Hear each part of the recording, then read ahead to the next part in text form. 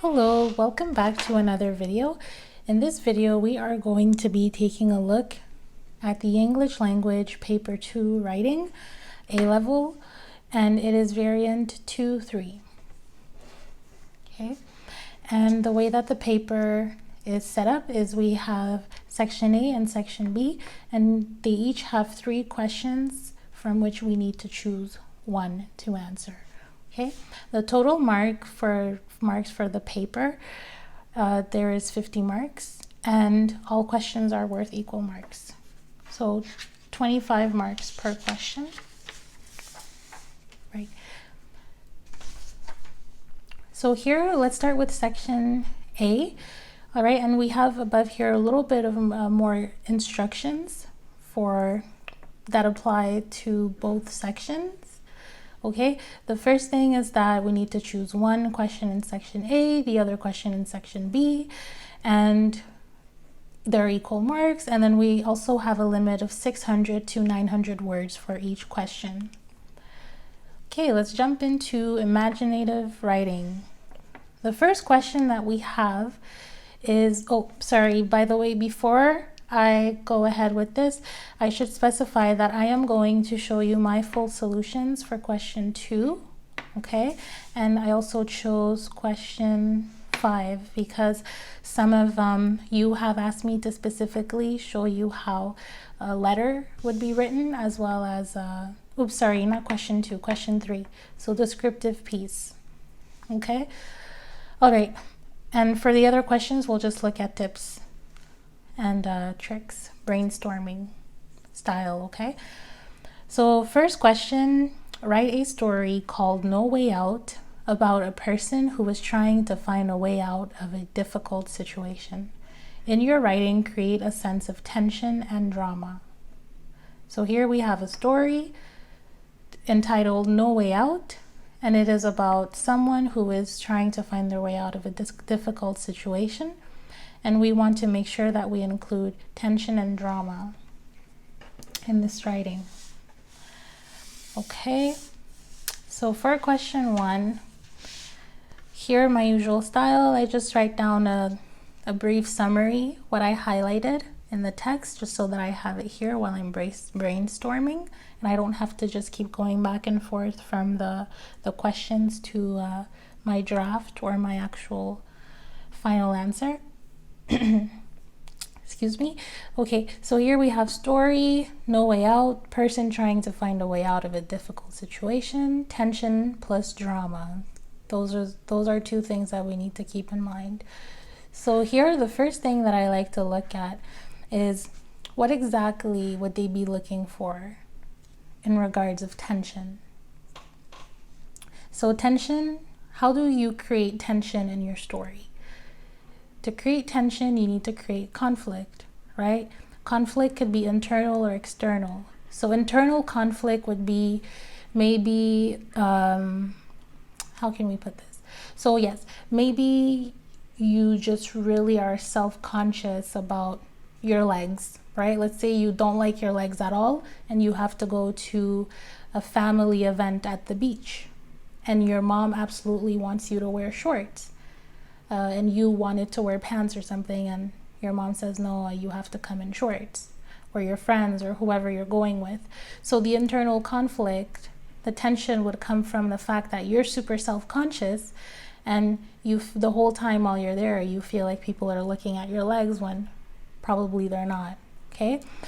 External means that it comes from something that does not have to do with you, okay? So it might be you're going to a party or you're going to an event, and there's somebody that you really don't like that is going to be there, okay?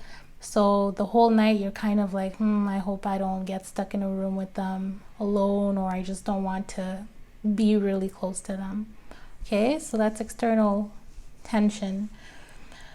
All right, another really important thing when creating tension is you want to create at least 2 characters with opposing goals, okay? That's for external tension.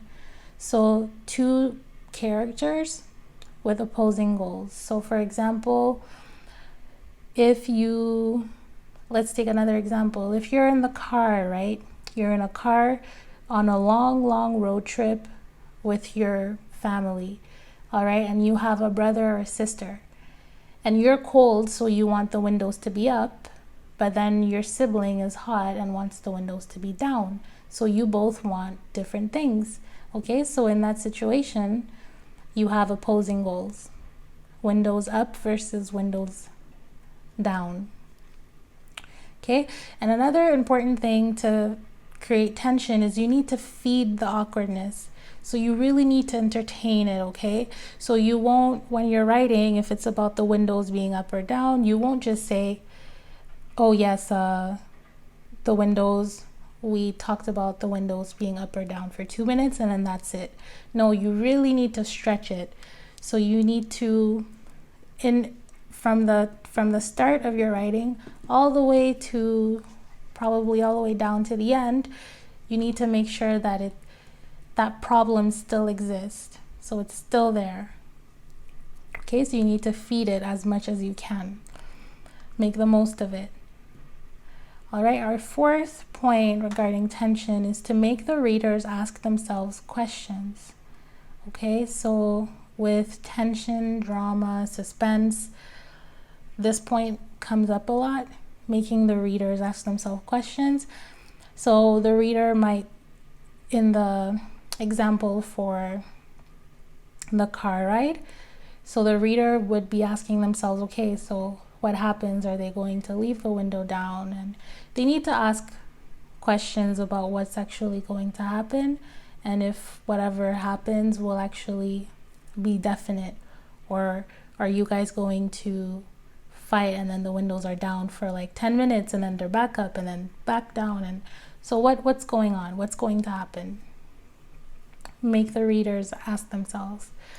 Okay, last point regarding to tension is to make the story happen over a short period of time. This is very important because with tension, it's best when a short period of time, meaning that the whole story is happening within a few hours or even an hour or so. So the shorter the amount of time, the more you can do with tension. Okay? Because for example, if you have to save the world, right? And I tell you, oh, you have 5 months to save the world. You're going to say, okay, it's not that dramatic. I have 5 months to figure it out. But if I tell you, you have 4 minutes to save the world, or like 5 minutes, then you're like, oh, shoot, this is like really intense, right? Because there's just 5 minutes. So the pressure is on. Okay. So same thing with tension. If you're going to have two people that are going to be at conflict, you don't want them to be in conflict for like a year or months. You know, it gets a little bit boring. So you want it to be over a rather short period of time. Okay. Now let's take a look at drama. When we talk about drama, we talk about a series of over-the-top events. Okay, so they're not your typical daily events. They're very over the top. Okay, we also talk about the roller coaster of emotions. Here I separated the word. Okay, it's one word. So roller coaster of emotions. So everything's up and down. 1 second people are crying, they're yelling, they're laughing. It's just a lot. Okay, nothing is stable when there's drama. So there needs to be a lot of a lack of stability and intense emotions. So when they're yelling, they're really yelling. When they're crying, it's a lot of crying, etc. Okay? And then now, as I've underlined in red, let's take a look at ideas for the story, the actual story and the difficult situation, what it could be. So here I have 3 main ideas. So the first main idea is an awkward dinner date. Okay, so an awkward dinner date, when it comes to romance, that's like a pretty basic subject that you can use to portray tension. Okay, a difficult situation. that you may try to get out of is an awkward dinner date. And in this, to add on to this example, I would like to have it be a blind date. Okay, so I'll just write that here. Makes it more awkward. So blind date. So blind date meaning that you didn't know who you were going to meet before you actually got there.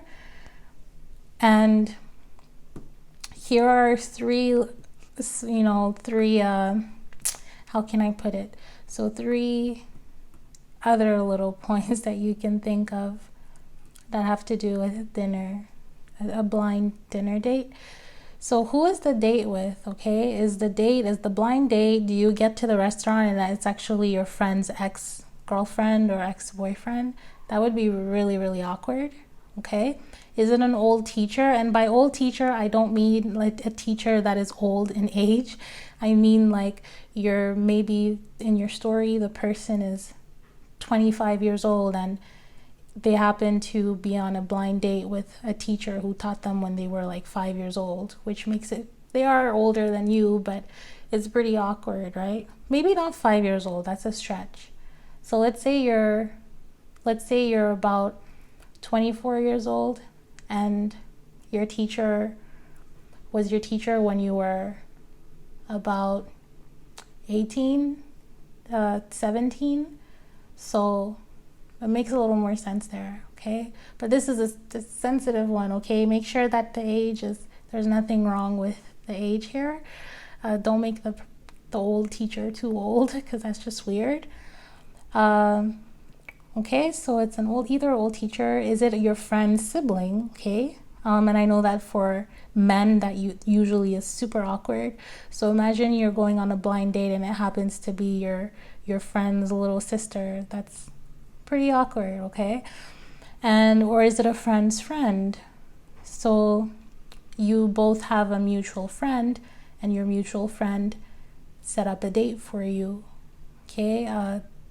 Or it doesn't have to be you, it could be a random character that you create, right? So that's pretty awkward because if personally I go on a date with a friend's friend, then and I don't like that person, it would be really awkward because I wouldn't want to hurt their feelings because they're my friend's friend and hurting their feelings might offend my own friend. So yes, these are all awkward situations, whichever you go for, okay? The place, where's the place? Because remember, the story is about trying to get out, find a way out. So here, it needs to be a place that is difficult to leave. Okay, so first thing that we have here is a boat.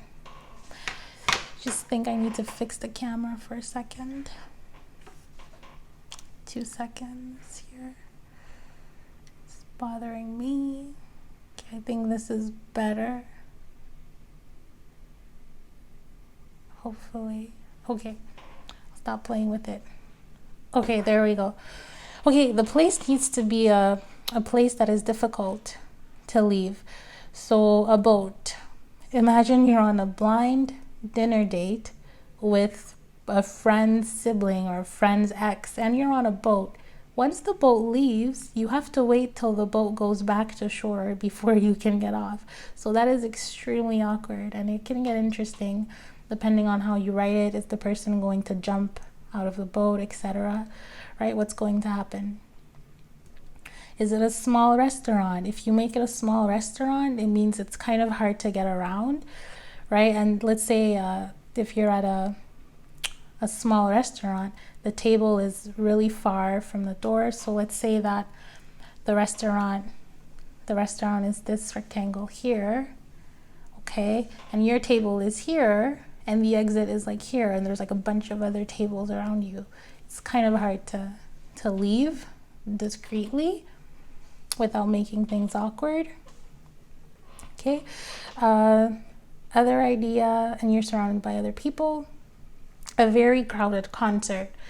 This is kind of a weird place to go for a blind date, but imagine you go to a concert. That as well is super awkward. You're at a concert, there's people everywhere, you can barely go to the washroom or you can barely move. So now imagine trying to ditch someone at a concert. But then that kind of takes away from the dinner idea, right? So let's just go for a date, okay? If you go for this, it's not really dinner anymore, it's just a date. Okay, tension. The tension for this one, it would be that one person is having fun and the other is very uncomfortable. So the main character of the story would be the one that's uncomfortable, and the other person would need to have fun. So the friend's ex is having fun, the old teacher from a while ago is having fun, but whoever the main character is just wants to get out. Okay? So that is the first idea that I have as far as a difficult situation. My other idea is you're sitting next to an enemy during a road trip, okay? So sitting next to enemy during a road trip. That is probably a very awkward situation. So imagine that you're traveling from one city to another city, and it's about, like, let's say a 7-hour ride, okay, in a bus. And imagine the bus is full, and just randomly you purchase your ticket, and then another person purchased a ticket to sit next to you, and just randomly, it wasn't planned, the person sitting next to you is someone you just do not like at all.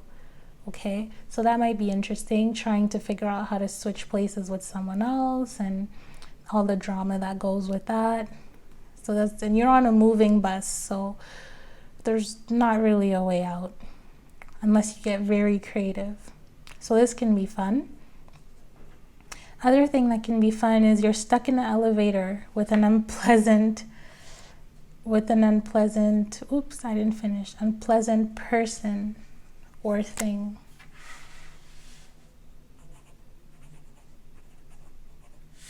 Okay? Stuck in the elevator with an unpleasant person or thing.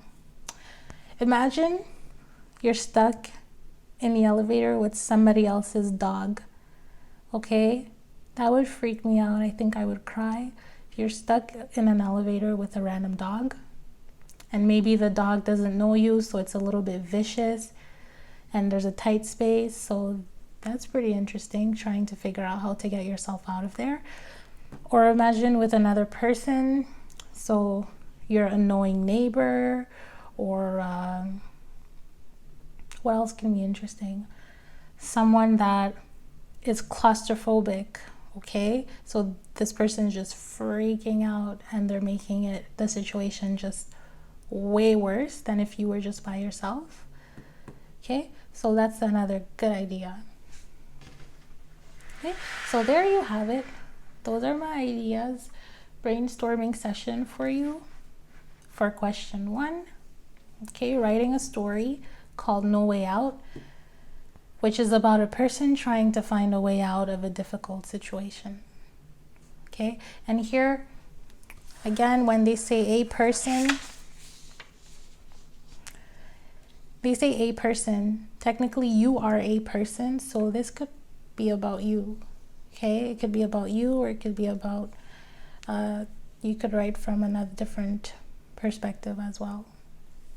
Okay, so now let's take a look at our second question.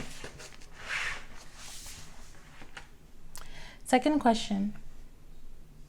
Write 2 contrasting diary entries, okay, 300 to 450 words each, about a competition. The first by a person who did better than they had expected in the competition. The second by another person who did not do as well as they had expected. In your writing, create a sense of mood and reflection. Okay. Excuse the paper's a little bit wrinkled. I was working on this and that is my fault. Okay. So for question 2, we have contrasting diary entries. one person did better than they expected and the other person did worse. Okay, we want mood and reflection. So again, as always, try to really get the gist of what these two requirements, so the extra requirements, are about. So mood specifically is ambiance, it's a vibe. A mood is, you have grateful, so specifically related to the situation.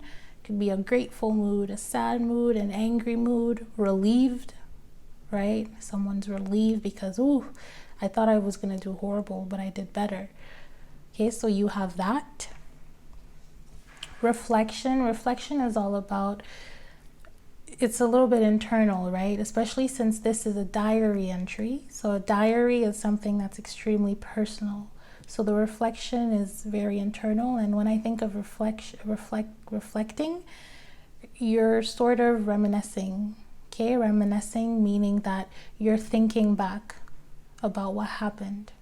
Okay, so you're thinking about the competition, what happened, maybe if it was swimming, I don't know, let's say it was swimming, you're thinking of when you were under the water and when you were just struggling, and you're really just thinking back on what happened and of the outcome. Okay? And reflection, you also have rhetorical questions. One thing that people always say when they're after or during a very stressful moment, why is this happening to me? Why did that have to happen? How did I deserve this? Why me? So rhetorical questions, okay? Now let's take a look specifically at what the contrasting will look like. So first idea is you have someone that is boastful versus self-loathing, okay? So the mood here for the person who did better, the diary entry, since it's very personal, it might be a boastful mood. So boastful meaning that you're super overconfident and you're kind of very arrogant about it. So it's more like, I can't believe that I doubted myself. I'm just so great. I should have expected to do as well as I did because I'm so great and I'm the best in the world and I don't know why I even doubted myself. Okay, so that kind of attitude, quite arrogant. We also have, on the other hand, for the person who did worse, self-loathing means that you're really beating yourself up. Okay, so you're like I'm just worthless. Gosh, I really did horrible. I already thought that I was gonna do bad, but of course, I'm just so worthless that I do even worse than I thought that I could. And I just really suck. And I am good at nothing. I am not capable. So really, everything that's dark, very dark and negative. While this is positive, but I wouldn't say over positive, but boastful is just those really annoying people. That's a personal opinion. People that are just like, I'm just so great. Look at me. I could kiss myself right now. I'm the best. Kind of think about a little bit Kanye West here, or what Kanye West is people usually say, how he loves himself so much. Okay? Number 2, second thing, you have thankful versus thankful, okay? This one is pretty interesting because I think this one, if you went this way for contrast, at first glance, it may look like this is the same thing, but really it is not.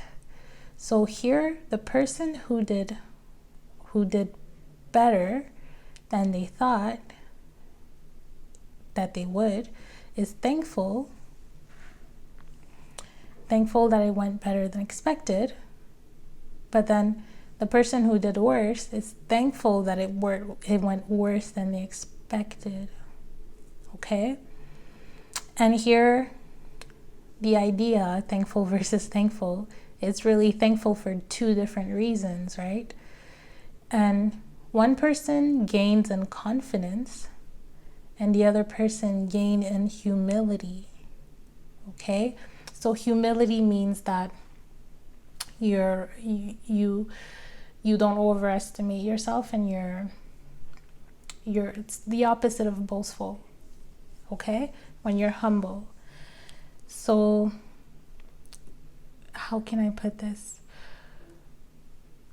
to be a little more specific for you? Okay, so let's say that it was a swimming competition, right? I'm thankful that it went better because I thought that I would get second place, but I actually got first place. So of course I'm thankful, okay? So that's a pretty normal feeling. But why would someone be thankful that it went worse than expected? Maybe you can say, I'm thankful that it went worse because in the diary, right? Remember, diary is very personal. So you express emotions that you maybe wouldn't express to anybody else. So I'm thankful that it went worse than expected because I realized that I haven't been working hard this year. I was becoming a little bit too comfortable with my skills, and I didn't put in work anymore. So I thought that I would get, and sometimes the worst doesn't have to be super bad. So in this case, I thought that the worst case is I would get third place, but I actually got 10th place. So I'm happy that I did not get third place and I actually got 10th place because it shows me that I need to put in the work that I used to put in before. Okay, so I hope this makes sense. If it doesn't, let me know in the comments and I can further clarify that for you. Other moods that you have, but this is pretty cool here, by the way, this idea. I think that if I was writing the paper and I got a question like that, I would go with this because it's very subtle.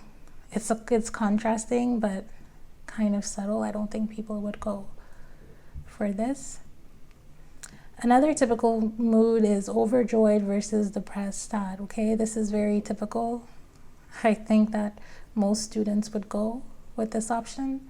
So, woohoo, I'm just so happy, everything's great, versus, oh my goodness, pretty similar to self-loathing.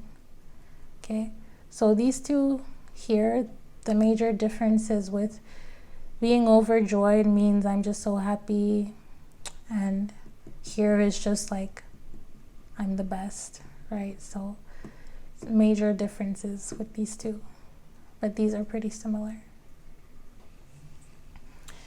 Okay, so there you have it, our brainstorming for question 2. Okay, and now let's jump right into question 3. And shout out to all of the people who actually waited and didn't just skip the video and actually took the time to see what you could be doing with question 2 instead of just skipping here to see what I came up with. But I understand if you if you did that and just skipped. So question 3, we're writing a descriptive piece about the evening rush hour in a city. In your writing, focus on sound, movement, and color to help your reader imagine the scene. Okay, so descriptive piece. Here is what I have done, and I also, when answering these questions, I gave myself a time limit so that you could get a realistic idea of what you can write when you're actually taking the exam. Okay, so remember we have descriptive piece, sound, movement, and color.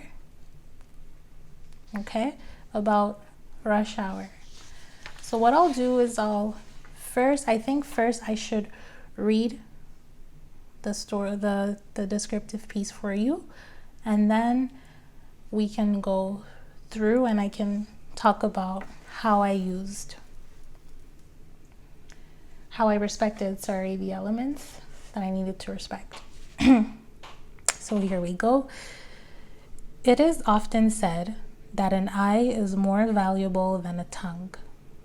The saying refers to the idea that observing is more important than speaking.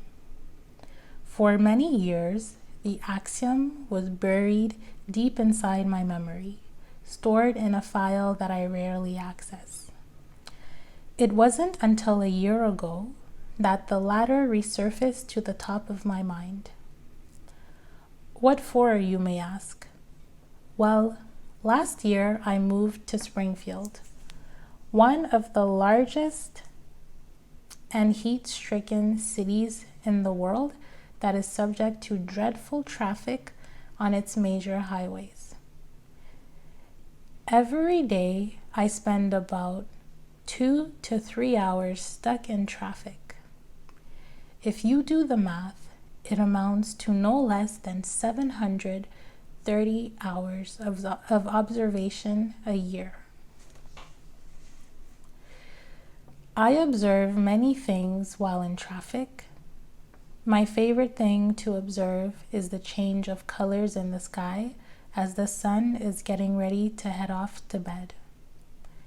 Shades of red, yellow, orange, and sometimes pink dance with one another as they stretch across the horizon. On days during which the highway is completely still, I can stop the engine of my car and pretend that I'm watching the sunset on the beach, somewhere tropical. If I'm lucky, by the time that the sun sets, the movement would have already picked up, meaning that I could smoothly make my way back home. On the less fortunate days, my observations are much less pleasant and my body is subject to much more pressure.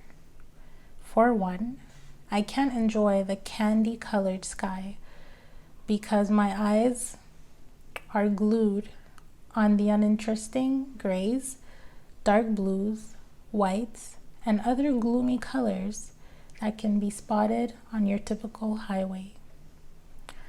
On those days, the highway is unstable. Its average speed ranges from the one of an exhausted sloth to the one of a hasty turtle. Inside the car, the systematic motion of flexing, then pointing my foot from the gas pedal to the brake makes it seem as if I were a ballerina on stage performing for a crowd. The only difference between the two is that on my unfortunate traffic days, the audience that witnesses my performance is not so appreciative of my talent. Instead of cheering me on when I beautifully transition from the right lane to the left, the other drivers scowl at me. From my car into theirs, I notice the wrinkles that form on their faces as it tightens in anger. I usually also observe the saliva take off from in between their lips as they make inaudible comments at me. Occasionally, a few of them even go as far as sounding their deafening horns as a sign of contempt rather than excitement. Despite it all, in the midst of the backlash, I rarely respond. As long as my audience doesn't approach my stage, I remain level-headed and focused on my own performance until I reach the driveway of my suburban white picket fenced home. I must admit that most days, I am not the main attraction of the highway. Things are frequently non-eventful as I'm driving home from the office. My biggest debate is whether I should open my windows to be fuel efficient or whether I should prioritize my desire to arrive home sweat-free by making use of the air conditioning. It's not much of a conundrum, word of the day, conundrum to be frank, by the 50th time that I ask myself the question, I am already candidly enjoying the feeling of the cool air on my cheeks. I can count on one hand the amount of times that I've driven in traffic with the windows down.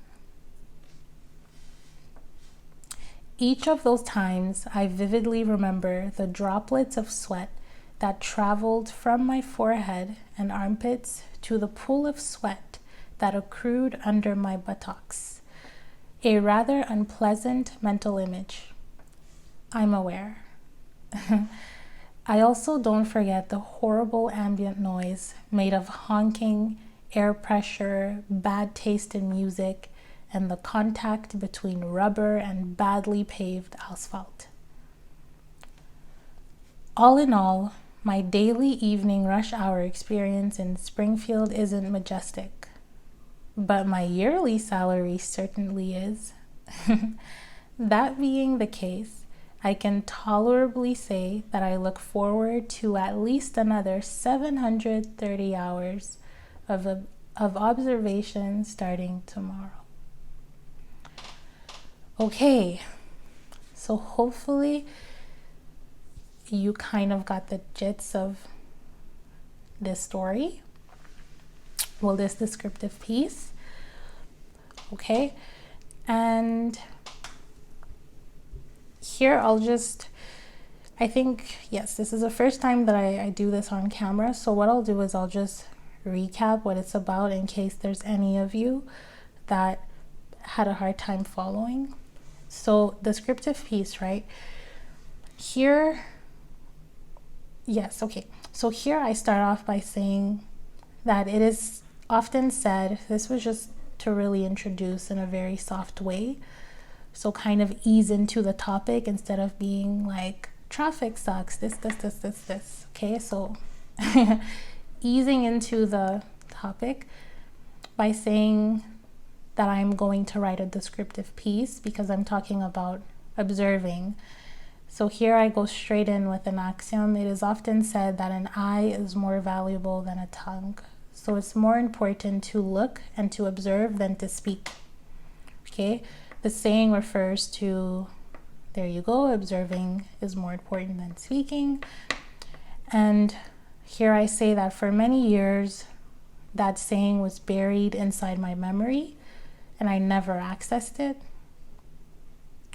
until a year ago when I moved to a large city called Springfield, again referring to The Simpsons, just so that I don't have to use an actual real city, even though actually I think that Springfield exists somewhere, but whatever. Yeah, so I talk about the heat and the horrible traffic in the city that I moved. And then I say every day I spend 2 to 3 hours stuck in traffic. And then I did the quick math actually on paper without a calculator. I'm sure that you can too. So 3 hours to 2 to 3 hours a day means that I'm trying to find a minimum. So all you have to do is 365 times 2. Okay, and that leads us to at least 730 hours of observation, okay, every year. So to be very dramatic and that kind of very detailed there, it plays into the whole idea of imagery so that the reader can really try to get an idea of how much traffic that is. And I say, I observe many things, okay, referring to the beginning here, that observing is important. And I jump in with the positive. My favorite thing to observe is the change of colors in the sky, okay? So here, remember that an idea was to focus on sound, movement, color, okay? So here I try to get that off. I try to get that off my list of things to do by just quickly mentioning the color, and it's easy to identify colors of the sky, and it's the evening traffic, remember? evening rush hour. So sunset. Okay, so super easy. Just think about, I'm sure you've seen the sunset before, either on the internet or in real life. So just picture that and try to describe that, right? So that's what I did here. Observe. So my favorite thing is to observe the change of colors in the sky as the sun is getting ready to head off to bed. Okay, so here figure of speech, just personification. Instead of saying the sun is getting ready to set, it's just getting ready to go to bed. So setting. Personification here, shades of red, yellow, orange. Okay, and sometimes pink. Personification, dance with one another as they stretch across the horizon. Okay, so here I explicitly mention the colors and I try to make it sound really cute and fun, just to really get that mental picture going in your head.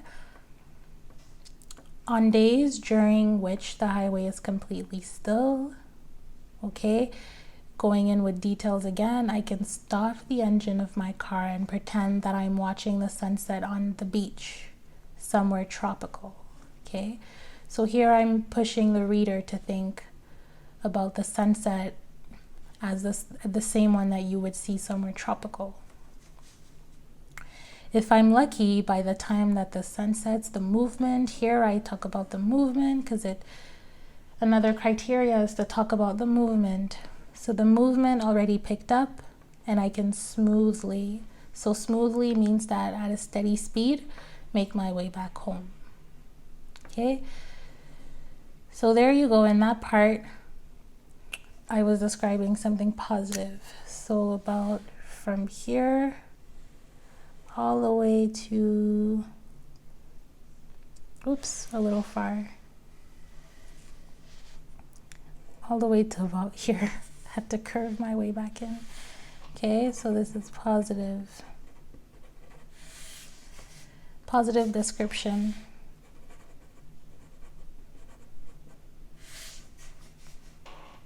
Okay, and then here I bring some contrast. On the less fortunate days, my observations are much less pleasant. Okay, and remember, here we're talking about descriptions, so I think it's a good idea to be diverse with what you're describing. So here I purposely describe beautiful things before I go into not so pleasant details. Okay, on less fortunate days, my observations are much less pleasant and my body is subject to much more pressure. Okay, so it's not fun. For one, I can't enjoy the candied colored sky.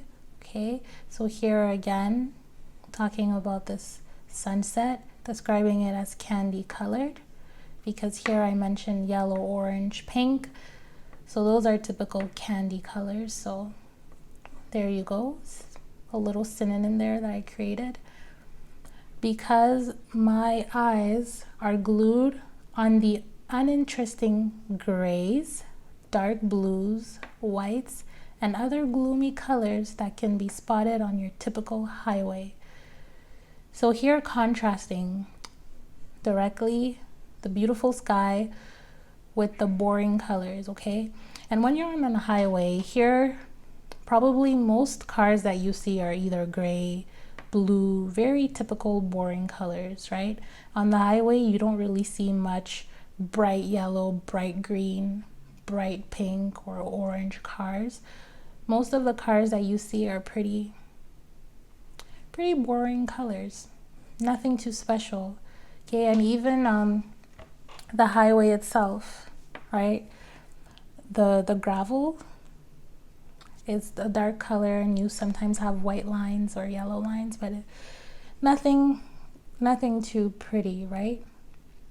Okay, so as a driver,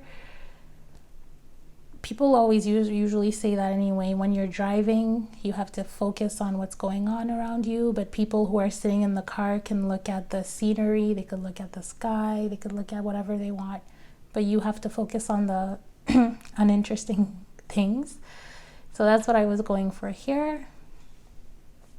Okay, on those days, the highway is unstable. Okay, so it is unstable. Its average speed ranges from the one of an exhausted sloth to the one of a hasty turtle.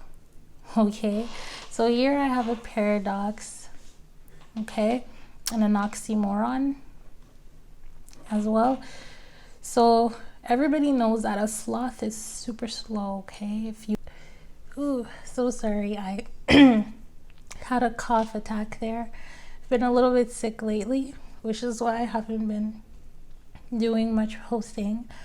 But yes, moving on. If you look at a video of a sloth moving, they move extremely slowly. And a turtle, excuse me, a turtle is faster than a sloth, but it is still really slow. Okay, a turtle doesn't go super fast. So here, so sorry, 1 second.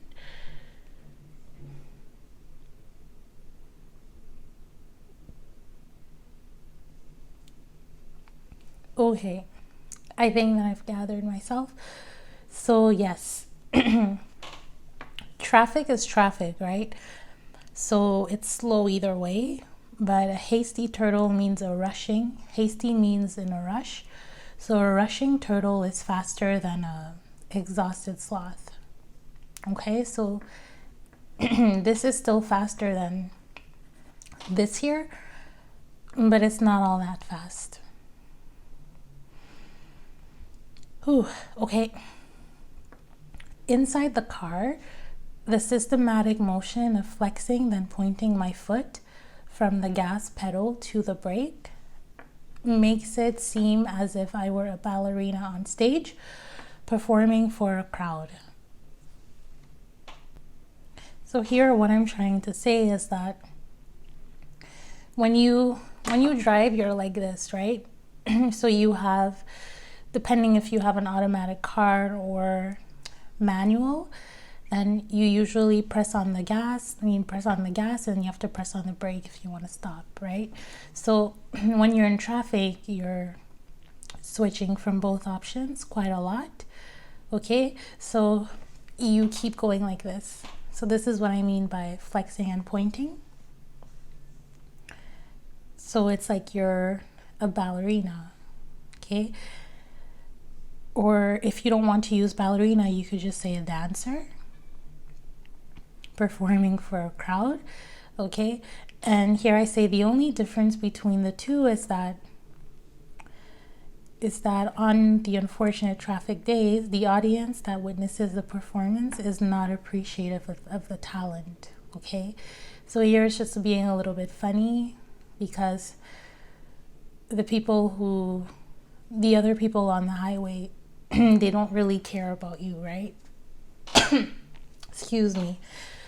Okay, I thought I can make it through this video without coughing, but I'm still not all the way better, so excuse me for that. And here I say, instead of cheering me on when I beautifully transition from the right lane to the left, the other drivers scowl at me.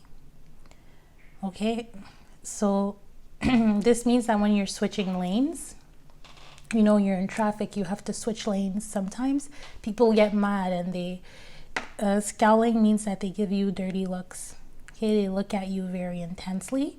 It's not a nice look, it's a mean look. From my car into theirs, that's why I go on. From my car into theirs, I notice the wrinkles that form on their face as it tightens in anger. So imagine you're driving and then somebody switches lane in front of you. Then you might switch lane and you look at them and you're you're angry. And when you frown, sometimes you have wrinkles on your forehead. So here I'm being extremely detailed, right? And I'm describing the observation. I usually also observe the saliva take off from in between their lips as they make inaudible comments at me. Occasionally, a few of them even go as far as sounding their deafening horns So here I'm stretching it, hyperbole. So when they beep really loud, it's deafening because it's loud, as a sign of contempt rather than excitement. Despite it all, in the midst of the backlash, I rarely respond. Okay, so it's like a performer. If you're performing on stage and someone is booing you, you usually keep performing, right? So here I go. As long as my audience doesn't approach my stage, I remain level-headed and focused on my own performance until I reach the driveway of my suburban white picket fenced home. Okay, so here very descriptive. Okay, I'm pushing it with the descriptions, but it is a descriptive piece, right? So you want to be as detailed as possible. I must admit that most days I am not the main attraction of the highway. Things are frequently non-eventful. So here, for a moment, here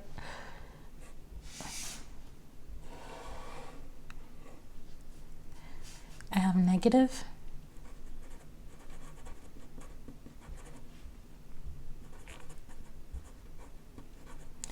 Negative description.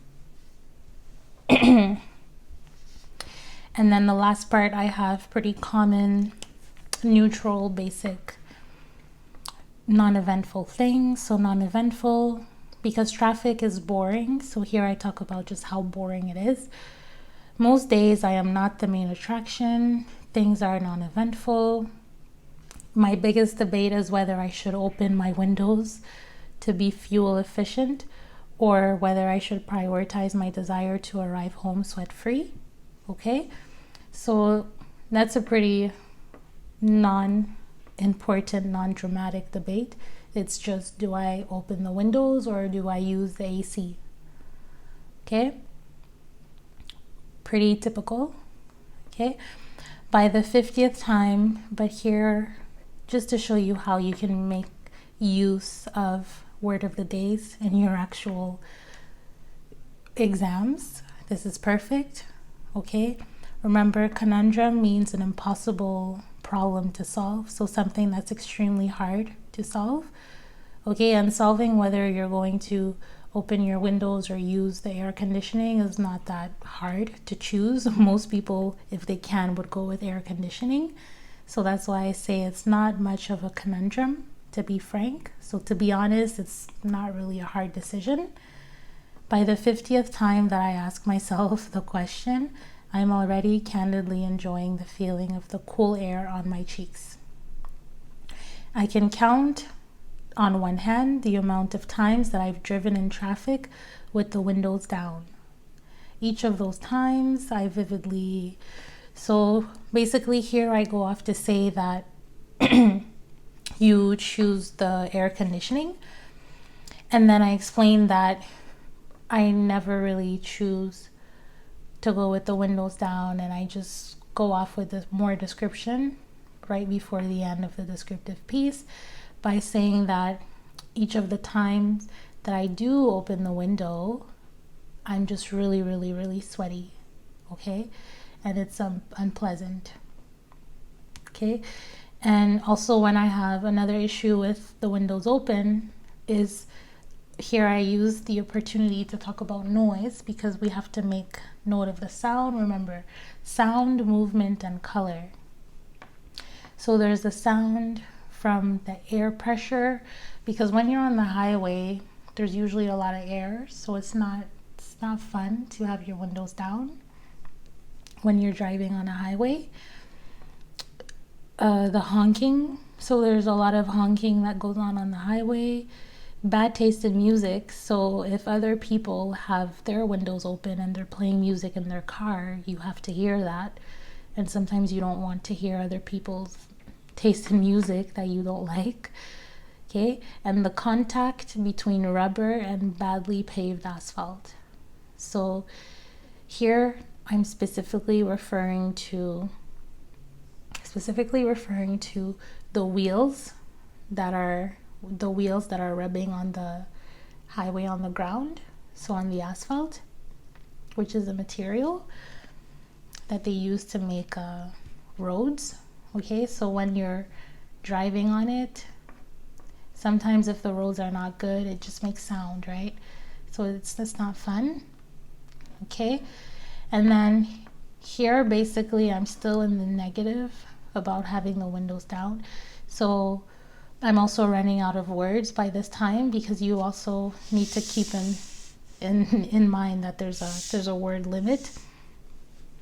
So I say all in all, so overall, basically my daily evening rush hour experience in Springfield isn't majestic. But just to end it on a funny note, I say, but my yearly salary is, so my job pays me a lot of money that I'm willing to put up with driving there and back every day and handling the traffic. Because remember, here I said that I spend 2 to 3 hours stuck in traffic. Okay? And I say, haha, but my yearly salary is majestic. Okay? So with that being said, I can tolerably, so usually people say I can happily, I can joyfully say, but me, tolerable means that you're neither happy but you're not mad. You just tolerate it, so you're okay, you accept it. So I can tolerably say that I look forward to at least another 730 hours of observation starting tomorrow. Okay, there you have it. So this is a descriptive piece that I wrote. And remember, the biggest piece of advice that I have for writing description is state an idea, develop it. Okay? Perfect example here. My favorite thing to observe is the change of colors in the sky. Okay? And then right after I put the statement, I go deeper into it for the next few lines. Okay? So you see that from over here, all of this, yes, all of these lines here are just about describing what it is like when I get to watch the sunset on the highway. So think of an idea and really add some meat to it. So this would be the bone, and then all of the lines that come after is the meat. So when writing a descriptive piece, you really want to embellish all of your statements with a lot of details, as much as you can. Okay, so that was the brainstorming for question 3. I hope that this helped you. Let me know what you think in the comments, okay? But I really hope that this was helpful.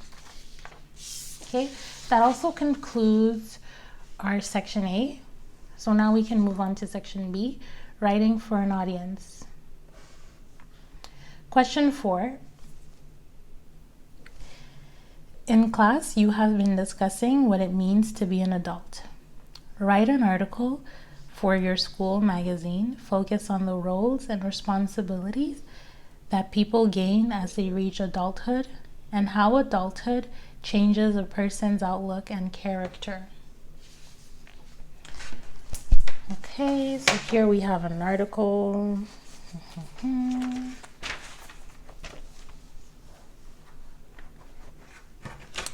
Okay, a little summary. We have article, roles and responsibilities of adulthood, and how adulthood changes outlook on life, character. Major pieces of an article, we have the title. You have to make sure the title is super intriguing.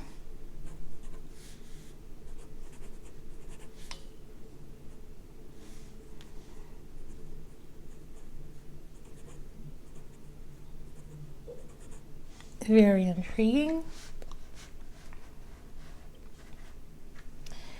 Okay, we also have the abstract, so a little bit of a summary, right?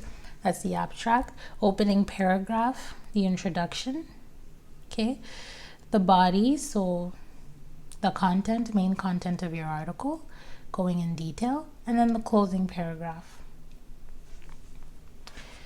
Okay. So now let's take a look at these two things. So responsibilities of adulthood, as well as your outlook on life and character. Here I started with outlook and the character, so the change in outlook. So here as an adult, well, based on my personal experience is you become more realistic and less imaginative.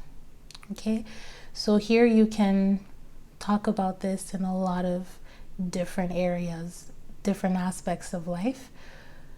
You become more realistic as far as your relationships with people, so friendships, also romantic relationships, and yes, you expect different things from people. Okay, you're not as childish anymore with your expectations from other people. And also you can excuse me, you can discuss this as far as creativity. As you grow older, as you become an adult, a lot of people lose creativity that children have.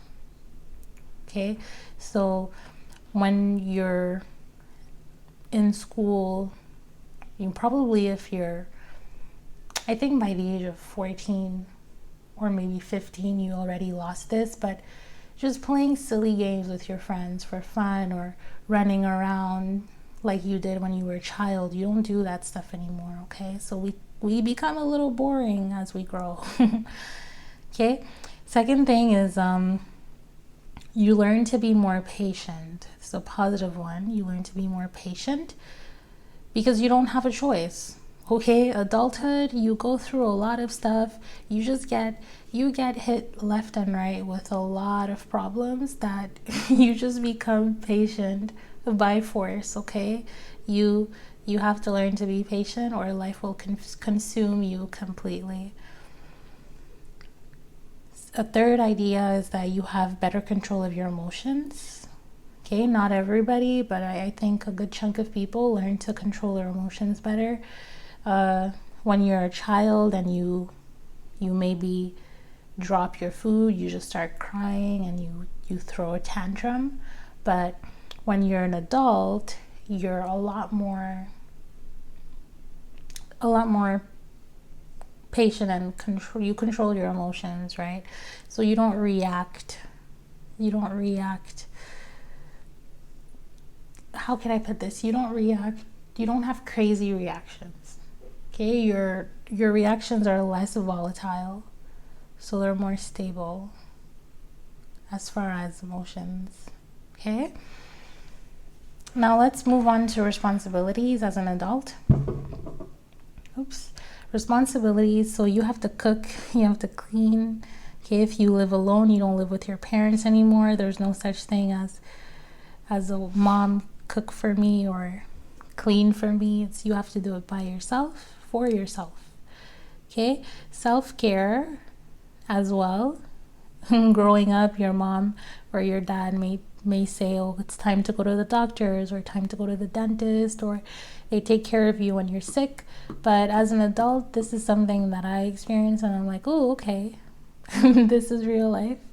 You have to take care of yourself, and you have to book your own doctor appointments and go to the dentist by yourself, and also make sure that it's done. Okay, personally, I haven't been to the doctors in a long while, so I should probably get that done. But yes, that's a struggle as an adult. Also have bills and expenses, so you're much more conscientious. I cannot pronounce this. Let's try this again. You are conscientious. Yes, I believe so. Forget it. You are much more conscious about the money that you spend, okay? You have bills and expenses, and you have to be wise, make wise decisions. Okay, so there you have it. If you choose to write an article, that's what I would talk about in the article. Focus on these main points. Okay, moving on to question 5. Here I'll just go ahead with question 6. Yes, I think I'll just go with question 6 before I move on to 5 and show my answer. So question 6, your head teacher has asked you to give a talk to students at your school about the benefits of visiting other countries. Write the text of your talk, so write your speech. In your writing, focus on how travel broadens the mind and what people can learn from visiting other countries. Okay, so very quickly, excuse me. Okay, so we have the speech, how travel broadens the mind, what people learn from visiting other countries. Okay, so here the speech, so focusing on broadening your mind. Okay, so we have a new culture when you travel. If you go somewhere that's very different, you're facing a new culture, exposed to new food, new language, specifically body language, right? So for example, if you go to, let's say, if you go to China, okay, people don't really hug strangers. So if I just meet you for the first time, I'm not just going to hug a stranger. You maybe bow, it's more respectful. So body language etiquette is different, okay? While if you go to, let's say, if you go to France, okay, France, you have to kiss both sides of the cheeks. And strangers kiss each other when they greet. Probably not right now because of pandemic, but different sort of ways to express yourself with body language and how you carry yourself. And there's also different people, right? See different people, maybe physically they look different, okay? So depending on where you are in the world, people may look a certain way. Lifestyle, so urban city versus an island, okay? So let's say that you are from a small island and then you visit, you're from a small island and you visit a large city. So for example, if you go from Hawaii to New York City, very different. Or if you go from a small village and say a small village and where? I don't know why I'm taking so long. I could literally just name any place. So a small village and say the United States, one of those rural places, to Dubai. Okay, it's very different. Religion. Okay, depending on where you travel, there may be a country where a certain religion is dominating, okay? So that's different too. Maybe a different religion than you practice personally. Politics as well. Add.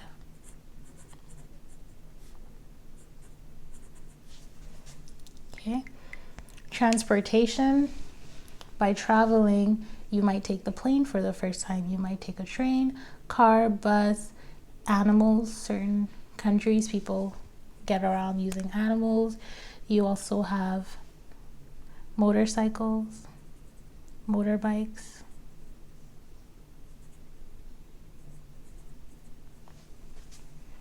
Okay, motorbikes. What to learn? Laws and rules. Okay, that's the first thing. And also traveling, when you become an adult, that's one thing you figure out too.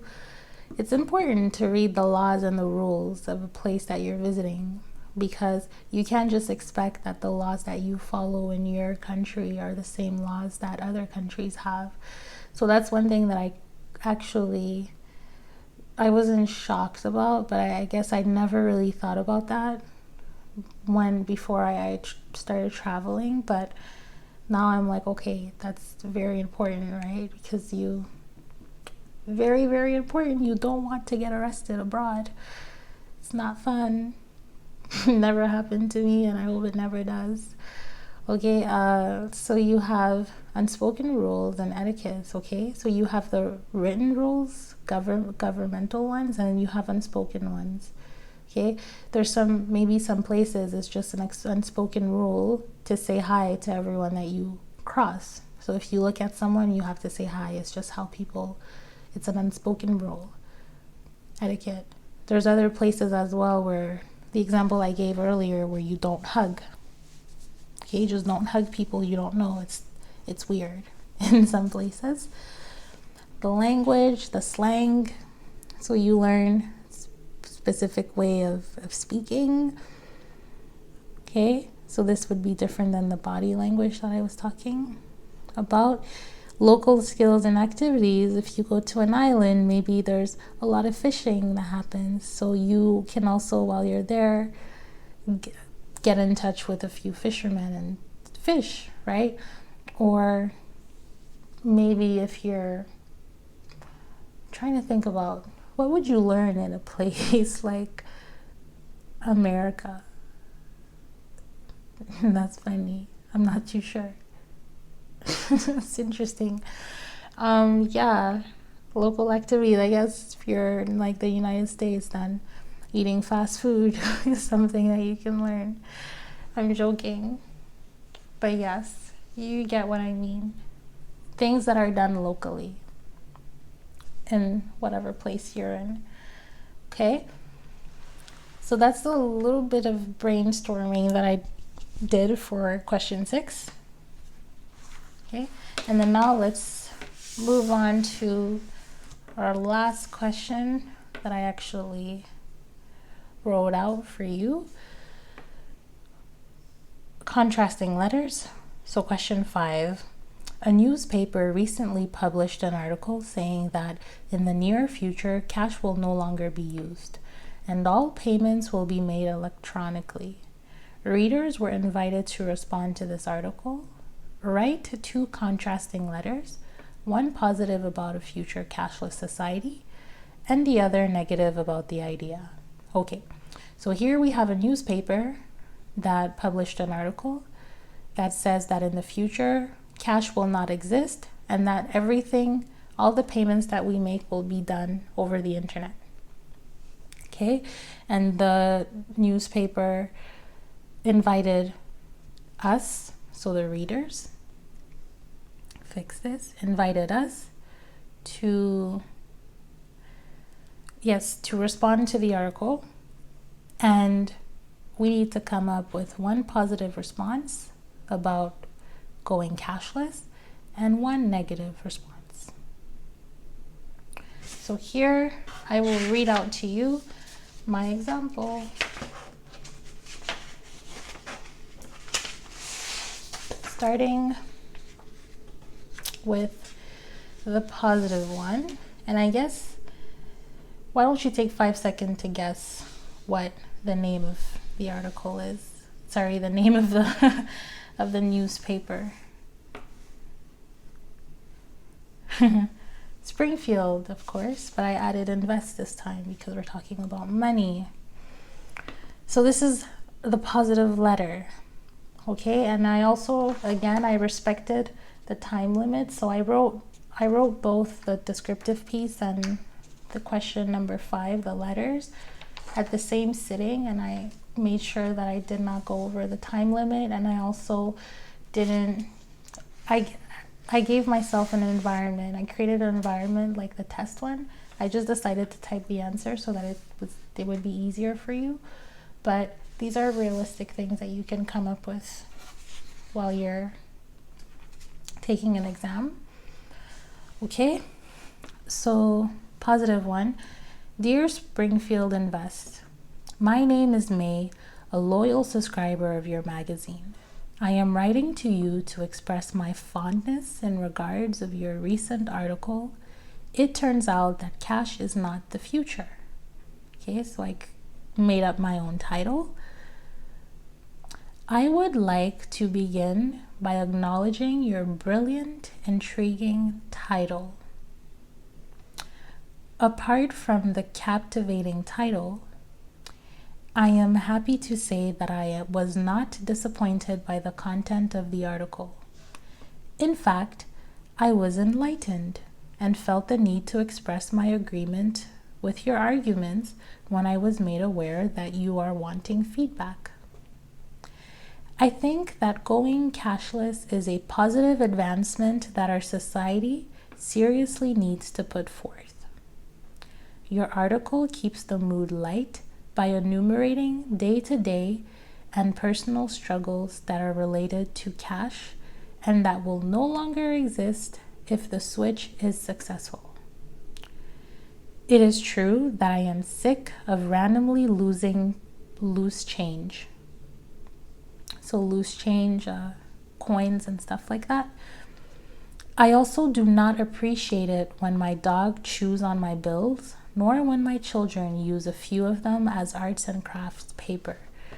Okay, so here I'll just stop for quickly.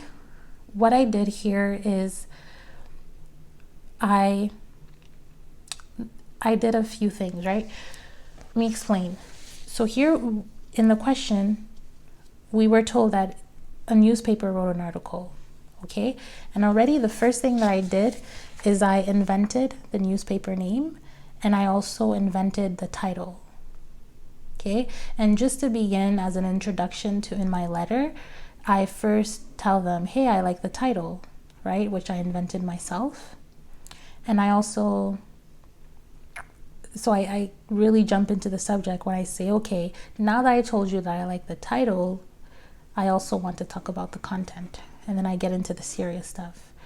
Okay, so I invented the title, I invented the newspaper name. Other thing that I did is that I invented the content of the article. Okay, because here it was, we were only told that the article was about going cashless in the future. But the question doesn't tell us exactly, it doesn't tell us what the content was. We don't have an article, right? So you have to imagine what that is. Okay, so here what I did is I imagined that the article, here I said your article keeps the mood light. So I imagined that the article was one of the funny, light, you know, not too serious articles that talk about day-to-day personal struggles that are related to cash. Okay, and that will no longer exist if society goes cashless. And then here I did something a little bit wise to give me room for what's coming up later, is by saying that the article was pretty shallow, so it was only touching the surface of the problems related to cash. Okay, I explicitly say that yes, losing loose change. So here the article talks about losing loose change. Okay, I'm inventing this. I'm also inventing that the article talks about people's animals eating their cash, their money.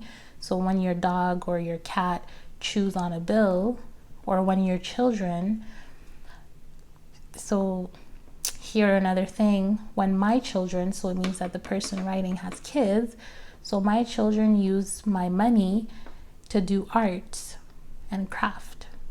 Okay, and then I get into serious ideas because we are asked in the question, positive about future cashless society. Okay, so here I have to write a letter to show that I'm positive about going cashless. So I also need to give arguments about why I'm positive. Okay, so the article already is talking about positive things and I need to add on to it. Okay, so this is when I'm a little bit clever here. What I do is I jump into more reasons, but more serious. So I explicitly say However, those are the least of my worries when I think of the reasons why I would love to go cashless. There are many alarming issues that are related to the use of cash in our current, in our current society. For instance, okay, so here I go into my arguments. Money laundering, which is highly fueled by the circulation of cash. There is also the counterfeit of banknotes, so of bills, that the local authorities and the government have yet to dismantle. So have yet to take it apart. They have yet to stop people from printing fake money. We should also take into consideration the spread of diseases that come from money being continually passed around from hand to hand. So health issues as well. The previous are three, so the money laundering, counterfeit of banknotes, and the diseases from handing money over to so many people are very serious problems that I would love to see drastically recede by the means of going cashless. If you decide to write a second article about electronic currency, because remember this is a feedback letter, electronic currency, I passionately invite you to mention deep topics like the ones that I've mentioned in this letter. Under no circumstances am I trying to overstep as a reader, but as a concerned citizen, I do think that it is important for the people of Springfield to understand the importance of such revolution. Sincerely, May. Okay, so you see this is a pretty solid letter. Okay, so it's definitely positive about cashless society, and it is also a feedback, so responding to the article. Okay, so that was a positive one, and here I have the negative one. And remember, the positive, it's here you'll see in the negative one, but they flow together, so you can see that they're completely coherent with the information that I have in both. Okay, so here, Dear Springfield Invest, right? So still the same newspaper. My name is Carl. I am a very disappointed subscriber of your magazine. Okay, remember, so contrasting. I'm trying to be very explicit. Okay, I am a loyal subscriber of your magazine. And then here, I am a very disappointed subscriber of your magazine. I am writing to you to express my disenchantment regarding the fact that you seem to be supporting this ridiculous cashless movement. You have asked for my feedback, and I am about to make sure that you hear me loud and clear. As a conscious citizen of Springfield, I refuse to blindly follow the mass into thinking that technology is the only answer to all of society's problems. I was born and raised in a time during which people appreciated the idea of privacy as well as human-to-human interaction, much more than human-to-computer interaction. Throughout your article, you list juvenile reasons as to why going cashless would be ideal for our society and our day-to-day burdens. Okay, so here one thing that I want you to take into consideration is both letters agree. See here, it says, the first letter, it says, sorry, I'm just looking for it. Your article keeps the mood light. So here's more positive connotation, right? So your article keeps light by enumerating day-to-day personal struggles. Okay, so here May, so the first writer is definitely saying that the reasons that the article is giving about going cashless is pretty shallow. And here Carl agrees when he says, but it's more of a negative connotation to what Carl's statement. He says, yes, juvenile reasons. Okay. So juvenile means childish, really childish. So he goes on, well, let me tell you that if somebody loses their money, that is their fault. Maybe if they were more responsible, they would have valued their money and stored it in a safe place. So he's clearly not happy. I also think that children and domestic animals are to be trained. I have successfully, the other side. I'm just looking for that. Here it is. So he says, I have successfully raised 7 children and 4 dogs. I can proudly tell you that everybody under my roof knew not to ever consider tampering, so messing around, with the very thing that kept them fed and clothed. Again, it is called responsibility and etiquette. Anyway, apart from your bogus arguments, I also think that your article is extremely one-sided. Why do you refrain from mentioning the cons of going cashless?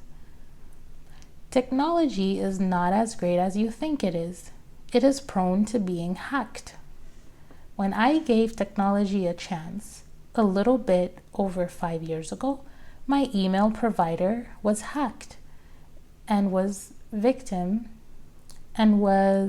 victim of a massive data breach. Since then, I will never trust technology again. Or maybe you can acknowledge that storing cash away is a very good saving method. So here, being again negative about the idea, I mentioned that technology can be hacked. So having everyone's money solely online, it means that if somebody hacks your bank account and takes all your money out, that's pretty excuse my language, that's pretty shitty, right? That sucks. Okay. And here I explicitly give the example of an email being hacked and having data breach, right? That's also pretty bad because it's personal information. Since then, I will never trust technology again. And then another reason why cashless is not good, or maybe you can acknowledge that storing cash away is a very good saving method. During my teenage years, I stored cash inside my sofa. By the time that I was 25 years old, I bought my wife a car. I bet that today's children do not have the slightest idea of what it means to bury money as a treasure for the future. They all have those plastic rectangles that they swipe before their bi-weekly salary reaches their bank account. I am very disappointed, Springfield Invest. I hope that you ponder on my words and find a way to rectify this misleading publication. So article. Regards, Carl. Okay, so if you compare as well, here with sincerely is more soft and nice, but here's more stern, it's regards, right? He's kind of mad. Okay, so 2 contrasting letters. Here I tried reading the second one with an angry tone. And you can tell that Carl is an older citizen because he says, I was born and raised in a time during which people still appreciated the idea of privacy and human-to-human interaction. So Carl is a little old school, okay? While May seems to be a little more new school. She has children, and given the fact that she says that her children used money as to make arts and crafts, they're pretty young, right? Because as a 15-year-old, you know better than to use your parents' money to do art with it. It's not a smart idea. So her children are probably young. So here the first writer is younger than the other one. And I hope that it was clear.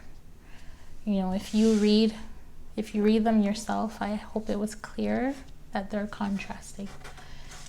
Okay, but if you have any questions, please write them in the comment section below. That was what I had for you, for you for question 5.